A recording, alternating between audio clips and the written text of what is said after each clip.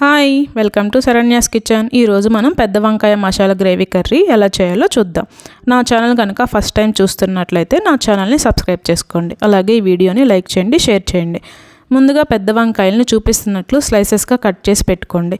ఇప్పుడు మనం ఒక ప్లేట్ తీసుకొని అందులో సాల్ట్, కారం, పసుపు అలాగే ఆయిల్ వేసుకొని చూపిస్తున్నట్లు బాగా మిక్స్ చేసుకోండి.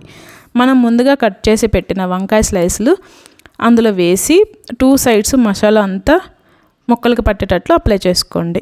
ఇప్పుడు వేరే ప్యాన్ తీసుకొని అందులో స్లైసుల్ని ఒకదాని మీద ఒకటి కాకుండా చూపిస్తున్నట్లు పెట్టుకోండి. 2 సైడ్స్ బాగా ఫ్రై చేసుకోవాలండి. ఇప్పుడు మరోవైపుకి టర్న్ చేసుకోండి.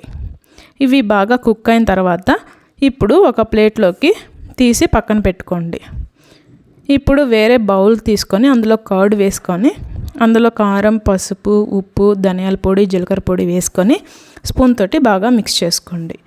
ఇప్పుడు మరో ప్యాన్లు పెట్టుకొని తాలింపు వేసుకొని అందులో ముందుగా ఫ్రై చేసి పెట్టిన వంకాయ స్లైసుల్ని అందులోకి యాడ్ చేసుకొని మనం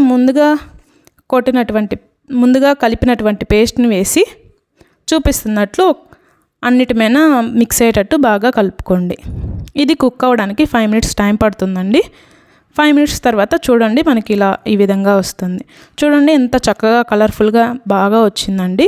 ఇప్పుడు కొత్తిమీర తోటి గార్నిష్ చేసుకోండి. ఇది రైస్, చపాతీలోకి చాలా బాగుంటుంది.